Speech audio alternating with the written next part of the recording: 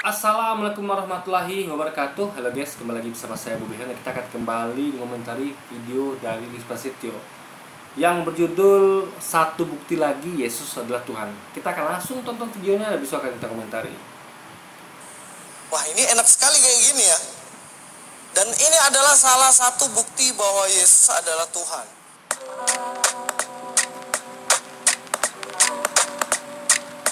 Oke teman-teman, mari kita lanjut renungan firman Tuhan. Kemarin dari Mazmur ya, sekarang kita ke Lukas pasal 22 ayat 7 sampai 13. Lukas 22 ayat 7 sampai dengan ayat yang ke-13. Ini sudah masuk ke persiapan untuk Paskah ya. Maka berangkatlah mereka dan mereka mendapati semua seperti yang dikatakan Yesus kepada mereka. Lalu mereka mempersiapkan Paskah. Ya, teman-teman, di sini judulnya Yesus, bukan Yesus. Dibilang sini bukan sekedar manusia biasa. Ini bukan Raffi Ahmad ya, bukan bintang biasa ya, BBB. Tapi di sini dikatakan bukan manusia biasa. Nah, seringkali orang bertanya, apalagi agama sebelah ya, mana bukti Yesus itu Tuhan, kan gitu kan? Sudah dibuktikan ulang-ulang juga masih tidak percaya. Nah, salah satu Apa yang dibuktikan Louis? Nggak ada yang bisa dibuktikan kalau dia Tuhan gitu kan. Gak ada guys, saya bahkan buat video tuh sebelum video ini kan. Saya akan kasih bukti bahwa Yesus itu bukan Tuhan. Di sini ada 3 bukti. Itu baru beberapa di antaranya, belum lagi yang lain gitu kan. Nah, lalu memang kita akui memang Yesus bukan manusia biasa. Tapi jangan lupa, bukan hanya dia sendiri yang bukan manusia biasa, tapi juga nabi-nabi lain.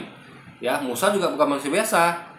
Nabi Muhammad juga bukan manusia biasa. Ibrahim dan lainnya itu juga bukan manusia biasa gitu kan. Jadi mereka adalah manusia-manusia luar biasa. Kenapa? Karena mereka adalah manusia pilihan Allah, Tuhan Allah. Mereka adalah utusan Allah, sehingga menjadikan mereka itu begitu istimewa. Tapi tetap dengan mereka bukan manusia biasa, setelah mereka itu manusia, cuma tidak biasa. Paham ya? Manusia luar biasa setelah manusia, bukan Tuhan. Karena Tuhan bukanlah manusia. Jadi kita tuh berkata bahwa Allah bukanlah manusia, juga bukanlah manusia. Jadi Allah itu bukanlah manusia, juga bukanlah manusia. Itu tertulis di Alkitab. Sehingga manusia bagaimanapun itu bukan Allah, karena Allah bukanlah manusia, juga bukan manusia. Walaupun manusia luar biasa sekalipun, nah, itu bukan Allah guys, bukan Tuhan. Tetaplah dia manusia gitu kan. Manusia yang luar biasa ini guys. bukti Yesus adalah Tuhan tuh di bagian ini teman-teman. Ketika mau Paskah, kan biasa kalau orang Yahudi Paskah itu kan pasti sembelih domba ya, bukan hias telur. Saya belum ketemu di Alkitab ini orang-orang Yahudi pergi, ayo kita hias telur, kenapa? Mau Paskah katanya. Nggak ada. Sembelih apa ini dibilang sini? Ya, berarti kan ada perubahan. Kok dulu tuh ritualnya sembelih domba, sekarang kok malah telur gitu kan? Nah, berarti ada modifikasi dalam hal ritual. Nah, berarti itu membuktikan bahwa benar yang Nabi Muhammad dan di Quran disampaikan bahwa ajaran-ajaran nabi-nabi sebelumnya itu sudah diubah oleh tangan manusia. Makanya berubah. Dulu tidak ada telur-telur Paskah, sekarang ada guys. Nah, itu buktinya bahwa semuanya berubah gitu guys. Membeli domba. Kenapa? Pada waktu itu ingat ya, ketika bangsa Israel di Mesir, Tuhan akan menghukum Mesir dengan cara membunuh semua anak sulung. Jadi anak sulung dibunuh semua. Ada yang anak sulung sini? Saya anak sulung. Nah, terus ada buat videonya. Jadi wah gini. Itu waktu itu kan gini. Diceritakan lagi ya. Waktu itu ada negeri namanya Mesir. Nah, Mesir itu dipimpin oleh Firaun. Mereka orang-orang Mesir itu menuhankan ilah-ilah selain Allah ya.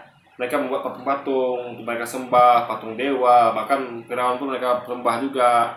Nah, dan juga mereka pertama mereka itu, yang kedua mereka adalah mendewakan harta. Sehingga mereka tumpu harta dan tidak mau menyerahkan membuat warga miskin. Nah, sementara tinggal hidup di tengah-tengah bangsa Mesir ini di Mesir, itu juga hidup bangsa Israel yang mereka jadikan budak. Yang jadikan budak orang jajahan tinggal bersama mereka. Nah, jadi Tuhan itu mau menghukum bangsa Mesir karena mereka telah syirik kepada Tuhan ya, menuhankan membuat patung gitu kan. Jadi Tuhan bahkan menyuruh untuk memusnahkan patung itu. Jadi Tuhan tuh cara memutus mata rantai itu adalah dengan membunuh anak sulung. Kenapa? Karena anak sulung adalah logikanya adalah generasi penerus. Jadi misalnya kalau kayak saya punya anak sulung, nah anak sulung saya itu yang akan saya doktrin. Kalau misalnya saya berideologi komunis misalnya, nauzubillah, jangan sampai ya guys ya. Misal saya berideologi komunis misalnya. Nah, yang pertama ingin saya buat jadi komunis juga anak sulung saya yang akan saya didik untuk dia tuh menjadi penerus saya nanti. Sehingga dia akan menjadi pembawa penyebar ajaran komunis yang mewakili saya. Nah, makanya kenapa mau dibunuh Tuhan anak sulung, karena untuk memutus mata rantai dari penyebaran berhala itu. Jadi setelah generasi bapaknya, anak sulungnya pun, karena anak sulungnya itu udah kena doktrin tentunya kan, karena anak sulung guys, orang paling tua yang dikasih tunjuk kepada bapaknya untuk meneruskan tradisi mereka untuk menyembah berhala, maka harus dibunuh. Nah, cuman karena Tuhan itu di situ memang dikatakan bahwa Tuhan yang turun melewati itu, yang mengecek itu. Tapi sebenarnya itu bukan seperti itu guys. Kalau logikanya kalau orang Tuhan langsung ya melakukan itu, artinya nggak perlu kan. Jadi gini. Jadi Tuhan ingin membuat perbedaan nih pertama ya. Jadi untuk orang-orang yang tidak seperti orang Mesir, itu orang Israel, karena Israel itu kan orang-orang yang tidak berdosa, umat pilihan. Waktu itu umat pilihan. Sebelum sekarang dicabut keistimewaan itu kan. Dulu Israel itu ada umat pilihan, sehingga mereka tuh tidak akan diganggu oleh Tuhan. Karena yang akan dibunuh itu hanyalah orang-orang Mesir saja, anak sulungnya. Orang Israel tidak ada masalah waktu itu sama Tuhan kan, mereka orang baik gitu. Nah, jadi untuk membedakan antara orang yang jahat dan orang yang baik, orang yang membangkang pada Tuhan dengan orang yang taat, itu dikasihlah perbedaan dengan membuat ibadah, memintakan ibadah yang khusus dilakukan oleh orang Israel, yang tidak dimintakan pada orang Mesir. Karena orang Mesir itu membangkang pada Tuhan, orang Israel itu taat Tuhan, maka mereka dikasih ibadah. Itu ibadah yaitu menyembelih anak lembu jantan. Lembu jantan atau betina guys. Juga boleh ganti dengan kambing, sapi dan lain sebagainya gitu kan. Nah, itu untuk membedakan mereka dengan orang-orang Mesir.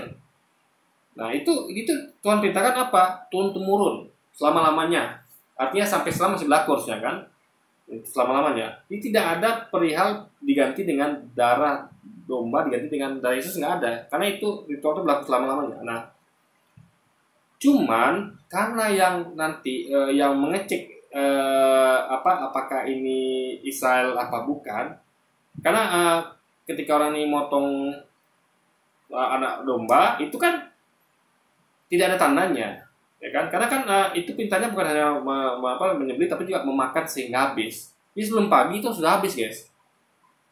Sebelum pagi itu sudah habis. Sedangkan entitas atau mungkin malaikat lah ya yang diperintahkan Tuhan untuk mengecek ke lokasi dan membunuh anak sulung itu tidak menemukan bukti bahwa mereka ini telah menyembelih dan memakan daging anak lembu itu ya, yang dimakan beserta sayur pahit dan roti tanpa ragi yang tidak beragi. Itu tidak ada bukti malaikat, karena itu mereka melakukan itu kenapa? Karena sudah mereka makan habis sebenarnya pagi, karena mereka diperintahkan memang harus menghabiskannya malam itu juga. Ya kan, nah, bahkan kalau saking harus habisnya, bahkan ketika ada keluarganya itu jumlahnya sedikit, mungkin anak cuma 1 atau 2 atau mungkin tidak punya anak, itu gabung dengan tetangganya. Jadi 1 ekor anak domba itu untuk 2 keluarga, karena takut mereka nggak bisa membereskannya. Nah, itu boleh join. Yang penting ini harus habis sebelum pagi. Nah, tentu malaikat atau yang diutus itu tidak punya bukti kalau mereka telah melakukan ritual itu. Makanya untuk agar menjadi tanda biar malaikat ini tidak salah sasaran ya. Nah, diceritakanlah sedikit darah dari penyembelihan itu, sedikit darah itu dicelupkan kayak kuas gitu kan, daun lah. Itu dioleskan ke tiang pintu rumah untuk tanda bahwa yang ini telah melakukan ritual itu. Karena malaikat atau entitas Tuhan ini kan tidak sama kayak Tuhan yang Maha Tahu. Sehingga dia butuh suatu tanda gitu, biar dia tidak salah sasaran gitu kan. Kalau Tuhan kan mungkin, kalau Tuhan langsung turun dia tahu langsung nih, nggak perlu dia pakai tanda itu. Nah, itu buktinya bahwa dia menyuruh suatu entitas ya, bisa malaikat yang tidak mau tahu kalau mana yang bisa dia nggak bisa membedakan mana yang sudah mana yang orang Israel dan mana yang bukan, ada mana yang orang Mesir guys ya, itu logikanya. Jadi itu darah itu tuh hanya sebagai tanda. Yang ritualnya bukan itu sebenarnya. Ritualnya yang intinya adalah menyembelih kambing, domba dan memakannya hingga habis mendatangnya pagi bersama, dan masaknya pun harus dengan dibakar, ya dipanggang, nggak boleh direbus guys. Dan itu dimakannya beserta dengan roti yang tambah lagi beserta serup pahit gitu kan. Yang lain nggak ada ya.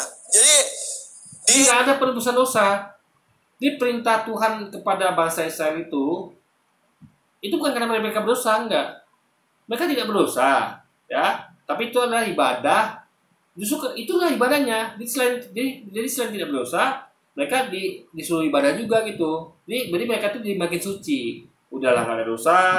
Kalian berdosa itulah orang Mesir, bukan orang Israel ya. Yang berdosa itu orang Mesir. Kenapa? Karena mereka tuh membuat Tuhan, patung sembahan, bahkan mendewakan harta. Dan itu tidak dilakukan oleh orang Israel. Jadi orang Israel itu waktu itu bersih dosa. Tapi justru karena bersih dosa itulah maka mereka dipintakan ibadah seperti itu untuk membedakan mereka dengan orang berdosa.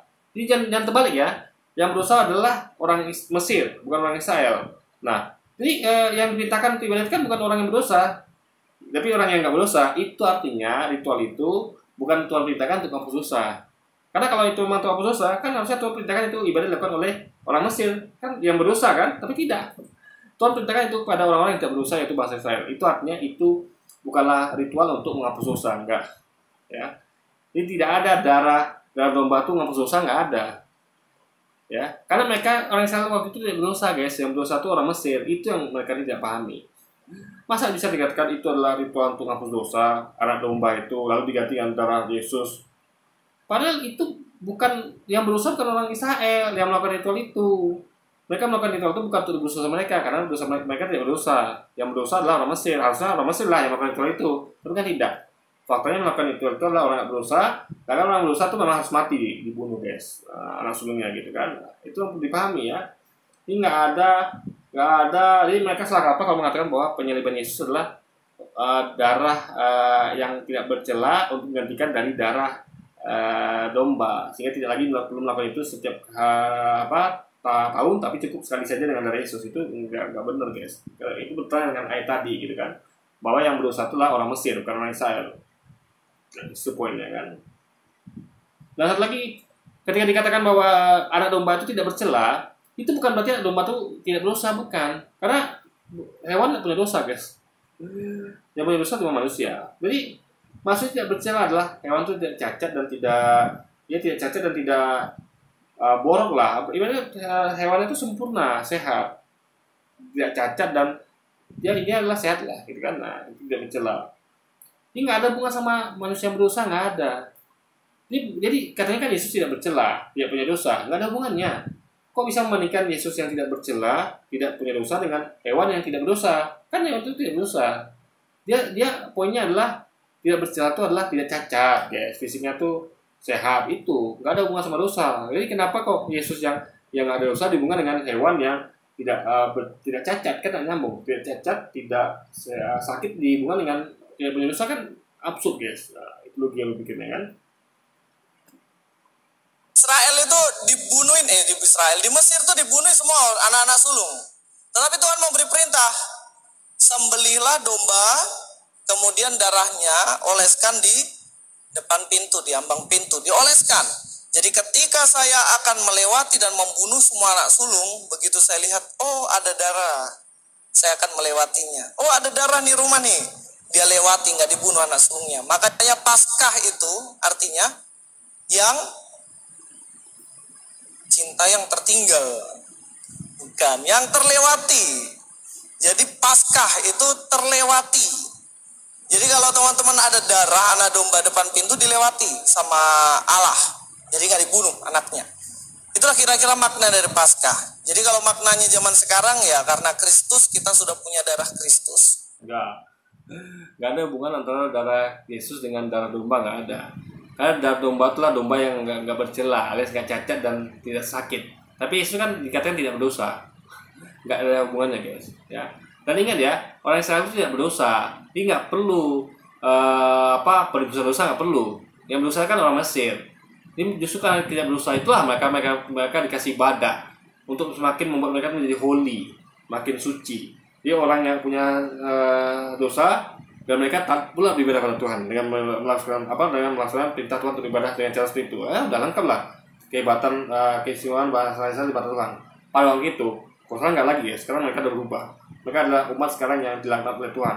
Dari dulu menjadi umat yang disayang Tuhan, sekarang jadi umat yang dilaknat Tuhan karena mereka menolak kedatangan para nabi. Maka mereka membunuh dan menyiksa beberapa nabi gitu kan. Jadi Israel sekarang itu beda sama yang dulu. Dulu yang begitu sayang oleh Tuhan, sekarang menjadi yang begitu dilaknat oleh Tuhan gitu kan. Makanya kita terlewati dari segala hukuman maut. Itu makna dari Paskah sebenarnya. Nah, teman-teman, kalau saya melihat di bagian ini ya, kalau kita lihat di sini bagaimana mereka membuat perayaan Paskah, dan kemudian ayat 8, lalu Yesus menyuruh Petrus dan Yohanes, katanya, pergilah, persiapkanlah perjamuan Paskah bagi kita supaya kita makan. Biasanya adalah makan roti yang tidak beragi, teman-teman, roti yang nggak ada rasanya. Sama kayak hati kita sama mantan kan, harus gitu. Sudah nggak ada rasa lagi, selesai. Nah, teman-teman, di ayat 9 kata mereka kepadanya, di manakah engkau kehendaki kami mempersiapkannya? Di mana? Kan ini Yohanes sama Petrus ini kan jelas mereka nggak tahu loh, Tuhan ini suruh-suruh pergi kemana. Kemudian yang menarik di sini jawaban Tuhan Yesus ayat 10, apabila kamu masuk ke dalam kota, kamu akan bertemu dengan seorang yang membawa kendi berisi air. Ikutilah dia ke rumahnya dan yang dimasukinya, dan katakanlah kepada tuan rumah itu, guru bertanya, di mana ruang tempat aku bersama-sama dengan murid akan makan Paskah? Lalu orang itu menunjukkan tempatnya, kan begitu.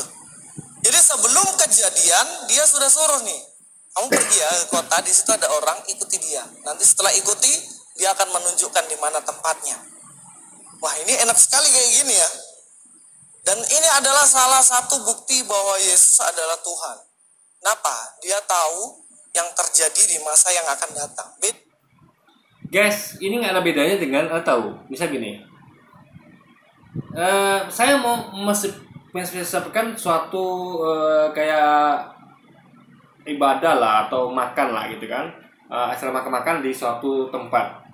Nah, bisa jadi saya sudah kesana sebelumnya. Lalu saya memang ngatur semuanya dan saya ketemu dengan seseorang. Orang itu ya saya tahu lah kebiasaannya. Misal gini, anggaplah saya pergi ke hotel apa misalnya, atau ke restoran mana gitu. Nah, hotel ini jadi itu karyawannya itu saya sering lihat ya, yang saya hubungi dia tuh selalu misalnya memegang kendi. Kalau dalam hotel mungkin ya dia selalu memegang apa lah gitu kan, HP atau apa gitu kan, yang menjadi ciri khasnya gitu, yang sudah saya hafal karena saya berhubungan dengan dia ketika saya memesan ruangan itu. Nah, lalu saya sudah booking tempat itu, udah deal dengan orang ini ya, dengan hotel ini, sehingga saya tahu ruangan di mana. Nah, tapi yang melayani saya kita nanti adalah orang itu, sehingga saya kan teman saya kan nggak tahu nih kalau saya sudah booking di tempat, nggak tahu teman saya kan. Nah, makanya saya yang tahu, saya katakan pada teman saya ini, ya ini analoginya ya. Hai teman saya bertanya, di mana kita mau makan ini Bobby? Di mana kita mau bikin apa? Nah, mereka nggak tahu kalau saya sudah di tempat itu duluan gitu kan, lepas pengetahuan mereka. Nah, saya katakan, kamu pergi ke tempat itu, ya malam mati kan tempat yang udah kita booking itu. Lalu cari orang yang begini begitu. Nah, itu orang yang sebelumnya sudah saya kontak, yang akan menunjukkan tempat itu, karena dia yang in charge di situ. Kayak karyawan hotel yang berwenang untuk mengantarkan tamu-tamu ke ruangan yang sudah disiapin gitu guys. Nah, lalu kalau nanti dengan ciri khasnya adalah pegang kendi. Nah, sama kan, misal kalau itu adalah pegang apa lah ciri khasnya, atau pegang HP atau apa biasanya gitu kan, yang saya sudah hafal karena saya hubungan sama dia sebelumnya. Nanti dia akan menunjukkan di mana ruangan kita. Itu terjadi guys, bukan berarti dia tuh tahu tentang masa depan. Paham ya? Jadi hal seperti ini aja lu nggak paham gitu. Ya, dan ingat ya, kalau dikatakan bahwa dia tahu, ya itu juga, anggaplah dia tahu, anggaplah dia tidak melakukan itu sebelumnya. Anggaplah saya tuh kayak saya juga, anggaplah tidak melakukan hal itu sebelumnya. Saya tidak pernah booking, tiba-tiba saya ngomong gitu, oke lah, anggaplah gitu. Tapi jangan lupa ya, itu tetap dia jadi Tuhan. Kenapa? Ya, karena gini, juga ada orang lain yang begitu juga. Jadi waktu itu saya udah buat videonya guys ya, ada total video sebelum ini ya, tentang ayat itu ya, lengkap konteksnya ya. Itu bahwa ada orang itu yang ya ada raja dari siapa tuh ya, Yusopen apa itu guys, saya lupa ya. Itu saya udah buat videonya ya, bahas tentang itu di video sebelum ini ya. Itu raja itu apa ya, ada masalah. Lalu dia menyuruh istrinya untuk pergi ke nabi apa, saya lupa, ada seorang nabi itu yang tahu tentang masa depan. Dia mengatakan pergilah ke orang ini, karena orang ini yang menjadikan saya raja, yang bukan menjadikan ya, yang menubuatkan saya akan jadi raja. Dan perbuatan itu terbukti dia jadi raja. Maka dengan itu dia percaya, oh ini orang memang bisa punya kemampuan untuk bisa melihat masa depan. Maka dia menyuruh dia pergi sana dan mengatakan bahwa nanti orang ini akan ngasih tahu, nanti dia akan tahu anak kita ini akan jadi apa gitu. Dia tuh pengen tahu anaknya akan jadi apa nanti. Karena dia kan dibuatkan berhasil kan. Memang dia raja, dia dulu raja, dikatakan oleh nabi ini bahwa dia raja, dibuatkan terbukti raja. Itu artinya dia buatannya terbukti guys. Nah, ini itu bukti bahwa bukan hanya Yesus yang tahu masa depan gitu. Jadi pokoknya gini guys ya, Nabi Muhammad juga tahu masa depan. Nabi Muhammad tahu ya tentang apa namanya, tentang apa, tanda kiamat, tentang apa yang jadi ke depannya, tahu datangnya Ya'juj dan Ma'juj, ya kan, apalagi turun Nabi Isa. Nabi Muhammad semua kasih tahu itu ya, di Quran dan hadis ya, Nabi Muhammad sampaikan itu.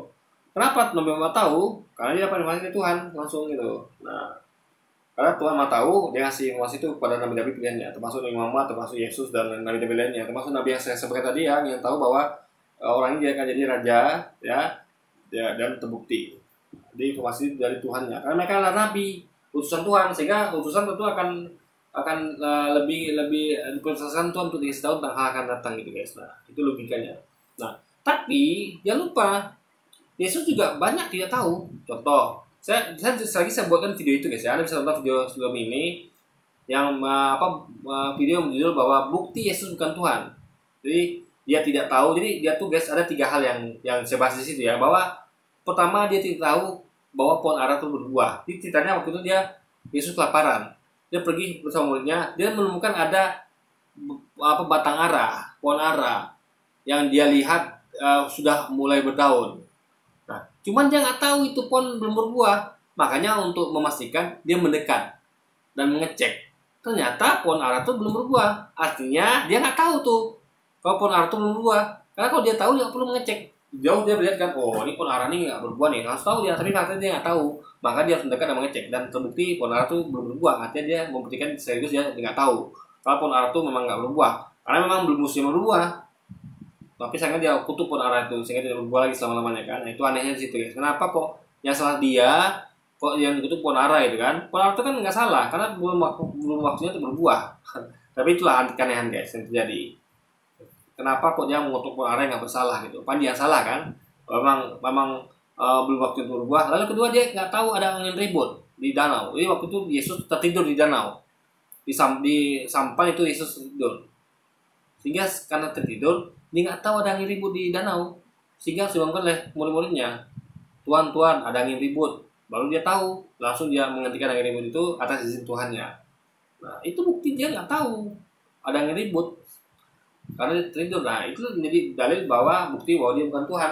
Karena kalau sempat ada Tuhan yang tertidur sampai nggak tahu ada kondisi kayak angin ribut, sampai harus dibangunkan oleh murid-muridnya baru bisa menyelamatkan mereka, itu artinya bahaya kalau Tuhan seperti itu guys, ya kan? Harus dibangunkan dulu.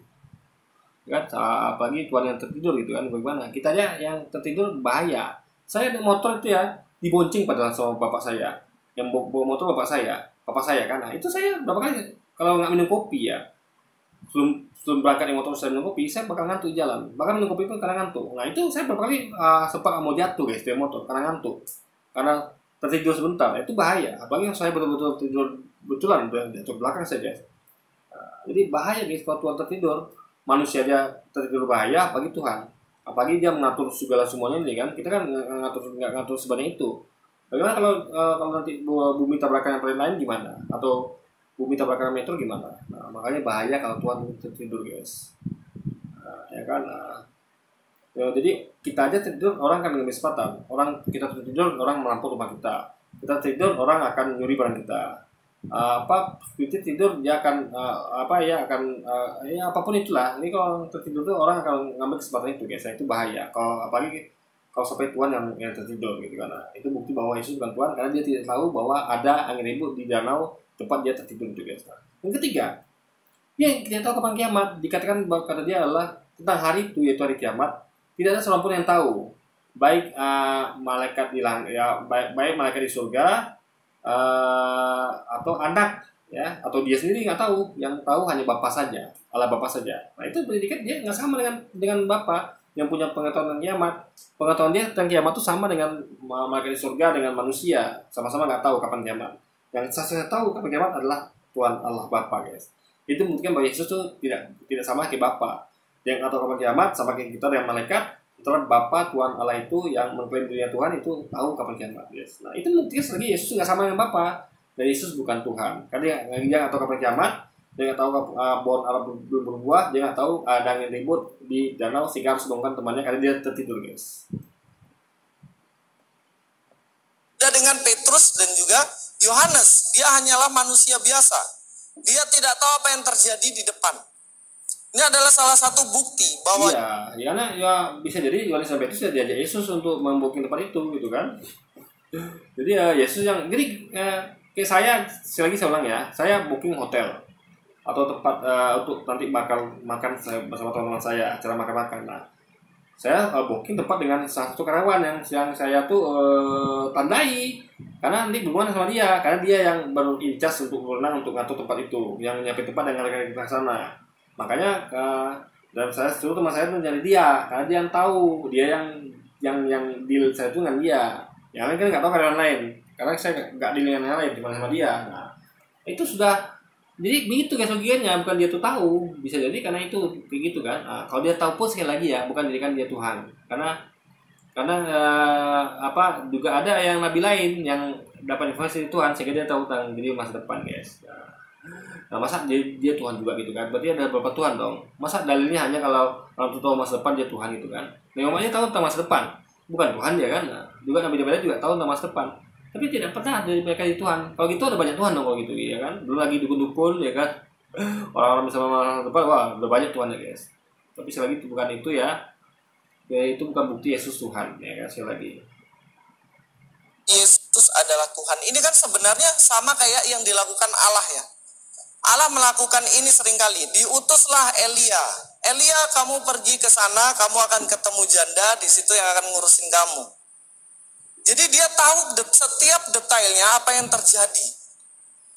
Itulah selalu yang dilakukan Allah. Allah juga ketika panggil Musa, Allah bilang apa? Musa, kamu pergi ke sana, nanti bawa kakakmu Harun, nanti bilang ini, yang akan kejadian seperti ini. Nah ini adalah tindakan yang sama. Jadi kan Musa diberitahu oleh Tuhan, oleh Allah, sama kayak Yesus juga begitu. Bisa jadi kan. Jadi itu pengetahuan itu kan berasal dari mereka, tapi dari Tuhannya guys. Nah, yang punya pengetahuan siapa? Tuhannya, bukan mereka. Mereka hanyalah orang yang mendapatkan informasi dari Tuhannya. Gitu loh, logika berpikirnya. Dilakukan oleh Allah Bapa, juga dilakukan oleh Allah Anak, yaitu Yesus. Dan ini adalah bukti ketuhanan Yesus. Pernah nggak teman-teman lihat kisah lain yang mirip kayak ini? Apa yang dilakukan oleh Tuhan Yesus? Waktu itu berarti dia nggak baca kitab guys. Yang saya sampaikan tadi Nabi apa namanya? Nabi Arya, Nabi apa tuh guys? Yang tahu bahwa seorang itu akan jadi raja ke depannya, dan terbukti perbuatannya berhasil guys. Memang harus jadi raja gitu kan, raja Israel, raja apa itu guys. Nah, jadi ada orang lain kayak Yesus ada. Lagi Nabi Muhammad juga kan, juga nabi lain juga. Jadi guys ya bukan hanya di kitab di dunia nyata juga ada orang-orang yang tahu tentang masa depan gitu. Tapi bukan berarti Tuhan kan? Karena kalau itu kita Tuhan udah banyak orang di Tuhan guys. Disuruh bayar pajak. Siapa yang belum punya MPWP sini? Belum ada, semua ada ya? Oh nggak ada nggak. Wajib pajak. Nah Tuhan Yesus disuruh bayar pajak. Sebenarnya Yesus mau bayar pajak nggak bayar terserah dia kan, tapi nggak boleh jadi batu sandungan. Kemudian dia suruh muridnya, pergi kamu bayar pajak. Loh Tuhan nggak ada duit nih, bagaimana? Pergi kamu ke sungai, Di situ ada ingat gak kisah itu? Ada apa di situ? Ada ikan, ambil ikan itu, dibuka badannya. Dalamnya ada duit. Enak kali. Maksudnya ini adalah mujizat loh. Kecil tapi ini mujizat, teman-teman. Bagaimana muridnya disuruh cari ikan, di dalam ikannya ada duit. Begini tonton mimpi. Kayaknya tadi malam Tuhan suruh saya apa ya? Oh iya, ada baju merah duduk di samping supermarket, itu jodohku katanya. Pergi. Belum cerita udah ketawa. Begitu pas lihat gini, wah jangan-jangan ini jodohku. Datang begitu lihat-lihat, pas panggil, halo mas. Ini khotbah atau apa? Balik begini, opa-opa umur 60 tahun. Wah selesai. Bukan Tuhan, bukan jodohku, bukan katanya. Waduh, bagaimana ini? Nah, gak semuanya teman-teman, gak semuanya yang kita dengar dalam lubuk hati itu suara Tuhan ya, hati-hati. Uji. Jangan sampai dalam hati dibilang jodohmu bukan cowok, bro. Jodohmu itu cewek, sesama cewek, cewek. Nah, artinya jangan melegitimasi semua perkataan-perkataan yang ada. Tapi Tuhan ketika memberitahu di sini, ini jelas menunjukkan kealahannya. Yesus memerintahkan sesuatu yang belum terjadi. Kejadian yang lain selain cari ikan nih, Tuhan Yesus juga menyuruh.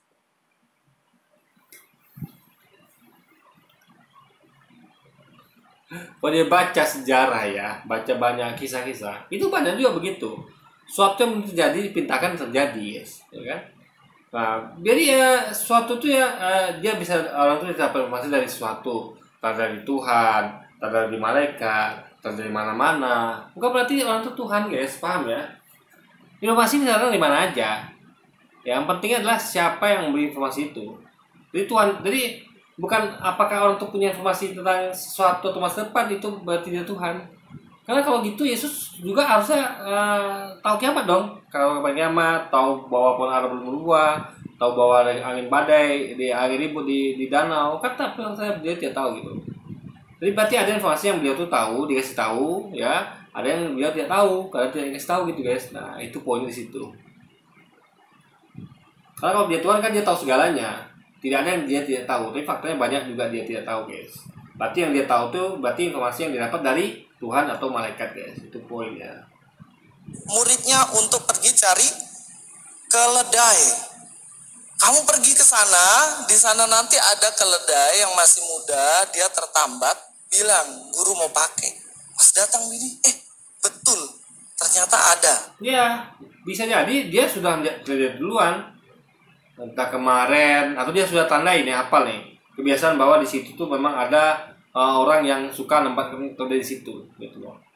Kan dia kan suka keliling nih Yesus nih, suka keliling kan, keliling Galilea untuk ngajar kan. Tentu dia di masa keliling itu dia akan melihat kebiasaan dari warga sekitar dan dia tentu sudah tanda, udah hafal. Oh, di situ suka ada yang menampakkan keledai, sehingga dia tahu. Makanya suruh muridnya ke sana. Karena dia tahu bahwa itu adalah kebiasaan orang itu. Pasti ada di situ ada keledai. Karena merujuk pada kebiasaan orang yang sudah dia tandai, yang sudah dihafal sebelumnya guys. Nah, itu seperti itu. Ini bukan berarti dia Tuhan gitu loh.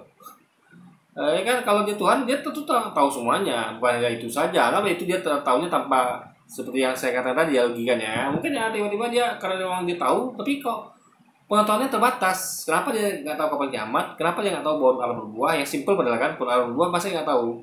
Pohon ara itu nampak tuh udah berdaun, tapi kok dia harus mendekat untuk ngecek? Padahal itu simpel loh, nggak serumit tadi, ya kan? Nah ini tapi dia nggak tahu. Yang simpel gini dia nggak tahu. Juga tahu kapan kiamat dan nggak tahu apa tadi ya saya katakan yang kedua tadi ya, nggak tahu kapan kiamat ataupun ara berbuah dan nggak tahu ada angin badai di di danau guys. Kalau ada di situ.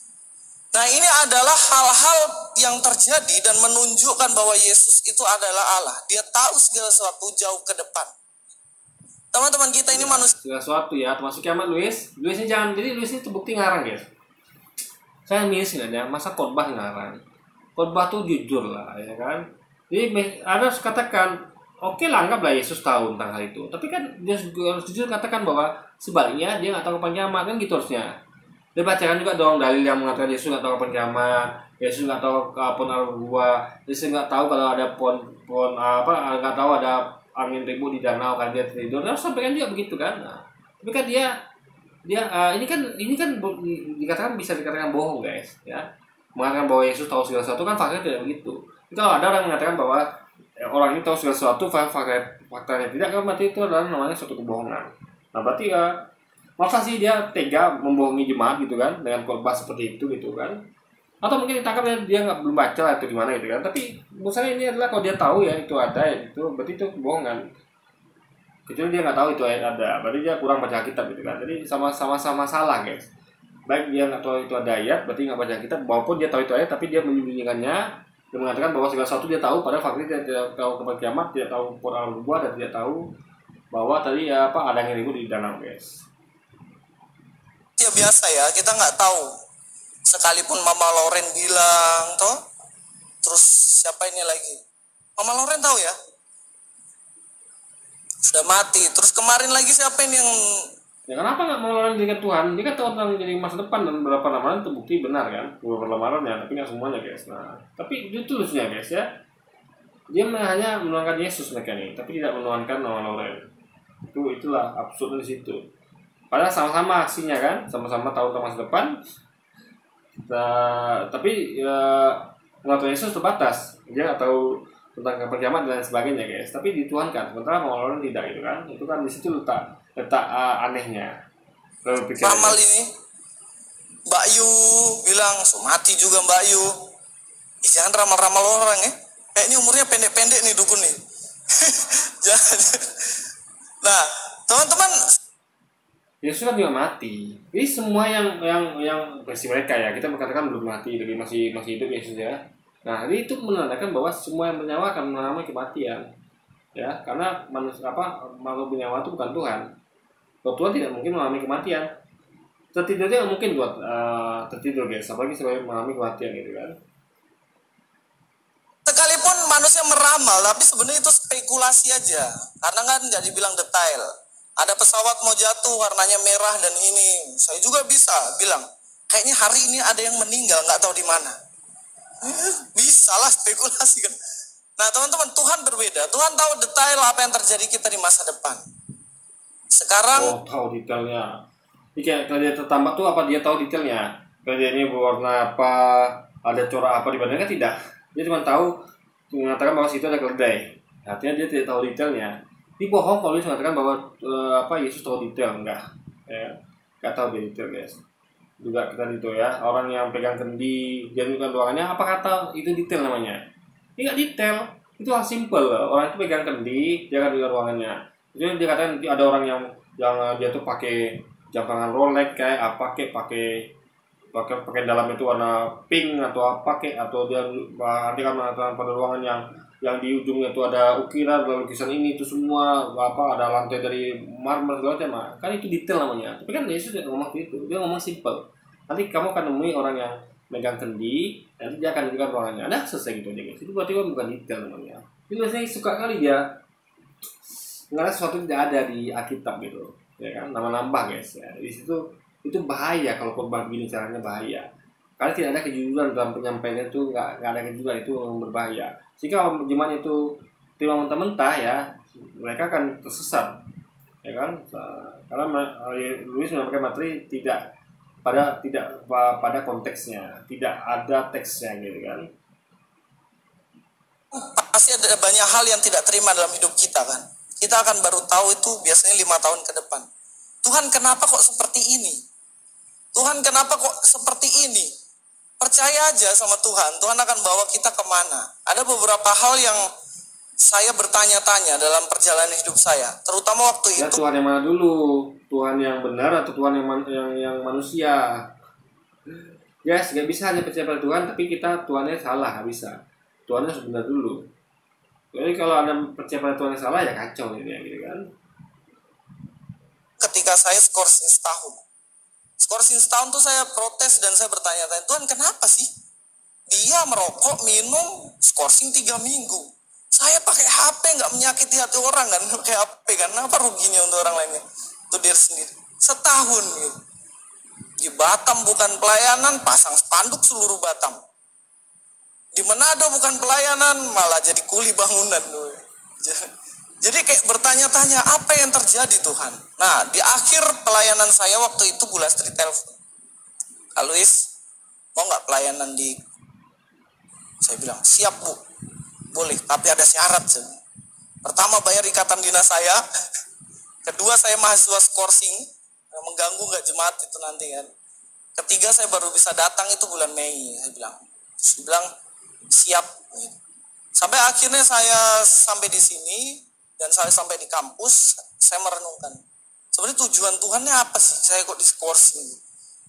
Nah, tujuannya ternyata saya baru dapat setelah beberapa tahun kemudian. Yang pertama, tentu melalui skorsing itu saya buat buku, teman-teman. Ada tulisan buku saya. Dulu saya cetak sekitar 100 ya eksemplar. Nggak ada yang beli, teman-teman. Akhirnya ya sudah saya bagi-bagi aja. Karena nggak ada yang beli kan. Tapi saya bersyukur. Mungkin kalau saya nggak skorsing ini, saya nggak akan tulis ini buku nih, kenang-kenangannya. Terus yang kedua, Guys, emang nulis buku tuh harus di coursing dulu gitu kan? Nggak juga. Nulis buku tuh ya bisa kapan aja. Tinggal kita mau luangkan waktu atau tidak. Nggak mesti nunggu coursing. Kedua juga buku ini kan nggak aku dijual. Ini buku itu apa ya? Malah kasih gratis gitu loh.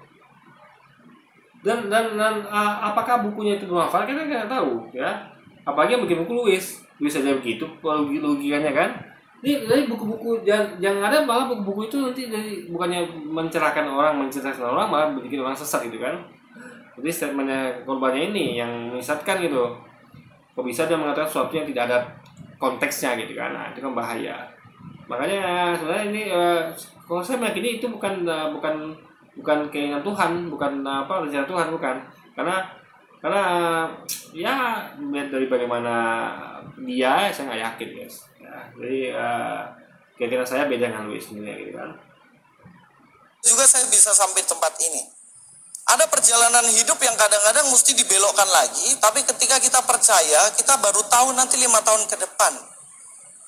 Itu biasanya yang dipertanyakan sama orang baru menikah juga ya. Biasanya, nggak tahu, tapi nggak semua. Kok saya menikah sama orang ini ya? Baru sadar, baru menikah. Sudah 1 tahun menikah, kok saya menikah sama orang ini ya? Macam bagaimana, kenapa nggak sama yang itu aja? Tapi setelah berjalan 10 tahun, 15 tahun, ternyata baru tahu, oh ini ternyata tujuan Tuhan. Nah teman-teman, ada satu kali seorang perempuan diciptakan pendek sekali. Dia nggak tinggi. Dia menggerutu terus sepanjang hidupnya. Kok pendek Tuhan ciptain saya ya? Yang lain tinggi. Guys, emangnya seakan-akan yang di Kristen itu baik semua gitu kan. Lalu yang PD mengatakan bahwa ternyata ini pertama kan ngeluh tuh. Kenapa sih kalau jurus saya yang ini kenapa nggak itu? Berarti kan happy ending berarti kan. Endingnya happy. Awalnya susah, endingnya happy. Tapi itu kan tidak kejadian pada seluruh orang Kristen. Ada orang Kristen tuh yang awalnya justru happy, ujungnya endingnya sad gitu kan, sedih. Ada. Bagaimana ya hal-hal yang awalnya pernikahannya bahagia, awalnya itu sukses nikahnya, tiba-tiba cerai, tiba-tiba bunuh-bunuhan, tiba-tiba ada masalah keluarga dan ya ada yang macam-macam lah gitu kejadian kan. Nah, jadi intinya adalah sesuatu itu bisa terjadi atas kehendak Tuhan apapun itu ya. Sekarang masalah adalah Anda percaya pada Tuhan yang benar apa yang salah, itu poinnya guys. Akhirnya kan begitu kan. Kok yang lain tinggi saya pendek. Satu kali ada kerusuhan, tiba-tiba ada peluru nyasar. Peluru nyasar begini, tertembak di tembok gitu kan, nggak kena dia. Karena apa teman-teman? Dia pendek. Coba dia tinggi, sudah mati dia. Nah, Tuhan menciptakan segala sesuatu ada tujuannya. Dan kita nggak tahu lah apa yang terjadi beberapa tahun ke depan. Yang kita tahu hanyalah percaya sepenuhnya kepada Tuhan. Tuhan, kenapa saya begini? Kenapa saya begitu? Ingin ini, ingin itu. Banyak sekali. Doraemon. Tapi artinya walaupun kita mempertanyakan segala sesuatu percaya. Satu lagi ya, itu juga jadi pembenaran ya bahwa orang ini pendek karena untuk menghindari peluru, ya kan? Biasanya orang tuh nembak peluru di bawah kan, gimana coba? Intinya guys, jangan menghalusinasikan sesuatu enggak. Ya. Jadi gini, apa namanya? Untuk tinggi pendek tuh kalau kita dari Islam ya ini gampang ya. Bisa ada orang jadikan pendek, ya. Itu Tuhan menguji dia, ya. Ini kalau ada paham ya, ini kenapa ada Tuhan membuat orang tuh kekurangan, misalnya dia tubuhnya pendek atau dia tuh jelek, itu Tuhan menguji dia, apakah dia bersyukur atau tidak, apakah dia ada orang ini ada komplain pada Tuhan atau tidak. Ada orang-orang yang sabar ya, sehingga dia tuh akan kayak gini kan ya, karena tuh kisah Lazarus ya. Kenapa Lazarus Tuhan perintahkan, jadi kalau baca kisah Lazarus ya dengan orang kaya, tadi ada orang kaya dan Lazarus, orang kaya Lazarus orang miskin yang sakit-sakitan, borok, pokoknya apalah guys, cacat gitu kan. Nah, Lazarus ditakdirkan seperti itu, diciptakan seperti itu. Orang kaya, takdirnya kaya, Lazarus miskin dan penyakitan. Nah, tapi di tengah kedapatasannya, Lazarus itu dia lapar, dia tidak mencuri dari orang kaya ini, tidak memalaknya, dia tidak merampoknya ataupun itu ya. Tapi dia dengan sabar datang ke orang kaya itu dan memungut sisa makanan yang jatuh ke lantai, yang udah dibuang atau mungkin keluarsa yang nggak dibutuhkan lagi atau dia ingat lagi orang kaya ini. Dia melakukan itu guys ya, memakan makanan yang jatuh di bawah lantai dari meja itu. Dia tidak mengeluh pada Tuhan ya, mungkin dia sadar itu ujian, dia sabar guys, tidak mengeluh. Orang kaya ini dia kikir, orang dia kaya kok nggak mau bantu Lazarus, harusnya dia kasih makan dari meja itu kan, jangan sampai Lazarus makan yang di bawah-bawah gitu guys. Nah, tapi tidak terjadi. Akhirnya apa terjadi? Karena kebaikannya, kesabaran Lazarus ini ya, dia sabar menerima kekurangannya, dia lumpuh, dia cacat, lalu dia tuh miskin, dia sabar. Nah, dia tahu itu ujian, akhirnya dia masuk ke surga. Dan orang kaya tadi apa? Ditadikan kaya tapi nggak tahu diri ya, masukkan ke neraka guys. Nah, jadi tujuan orang itu adalah tujuan Tuhan itu masuk menciptakan kekurangan itu adalah termasuk dalam hal menguji kita. Jadi bukan seperti tadi juga, oh dia pendek kalau ditembak nanti nggak kena peluru, nggak mesti gitu juga guys. Karena orang nembak, gimana kalau ternyata tembak di bawah gitu kan, gimana? Coba.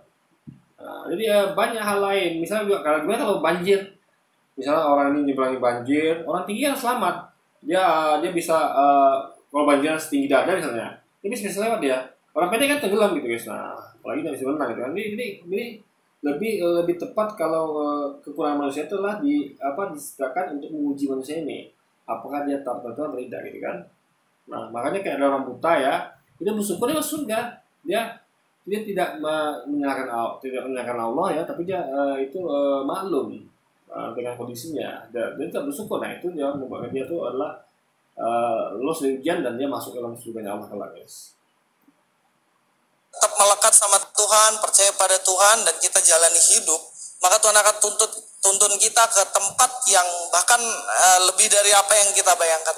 Seperti Petrus, Yohanes, mereka mana paham ketika dipanggil Yesus mereka akan jadi tokoh yang masih diingat ribuan tahun kemudian. Nggak terpikirkan. Tapi ketika mereka ikut Yesus sungguh-sungguh dengan segala macam problem yang mereka hadapi, mereka sampai di titik itu dengan luar biasa. Mari. Kalau ngomong tentang tokoh besar yang ingat semua orang ya, bukan hanya Petrus dan ini. Orang jahat juga ada guys. Firaun itu gimana terkenal sekarang kan? Terkenal sekali Firaun, Namrud, siapa lagi orang jahat itu kan? Jadi guys ya, bukan itu poinnya, bukan itu. Tapi ini adalah kita tuh harus ikut Tuhan ya, dan Tuhan yang benar, yang Tuhan yang salah gitu. Jangan Tuhan yang sama dengan makhluk. Tuhan tuh adalah beda dengan makhluk. Karena dikatakan dia kita bahwa Allah bukan manusia, juga bukan manusia. Jadi nggak ada ceritanya Allah tuh manusia, nggak ada. Ya sama kayak mengatakan bahwa Clark Kent bukanlah Batman, karena Clark Kent adalah Superman. Jadi nggak ada ceritanya Clark Kent itu dari Batman, nggak ada. Karena kayak Allah bukan manusia, nggak ada ceritanya Allah itu manusia, nggak ada guys. Karena Allah bukan manusia, juga bukan manusia. Sama kayak Clark Kent bukanlah Batman, juga bukan Superman. Karena Clark Kent adalah Superman guys. Oke, jadi mungkin sekian dulu aja video kita kali ini guys. Sampai jumpa lagi di video-video selanjutnya. Wassalamualaikum warahmatullahi wabarakatuh guys.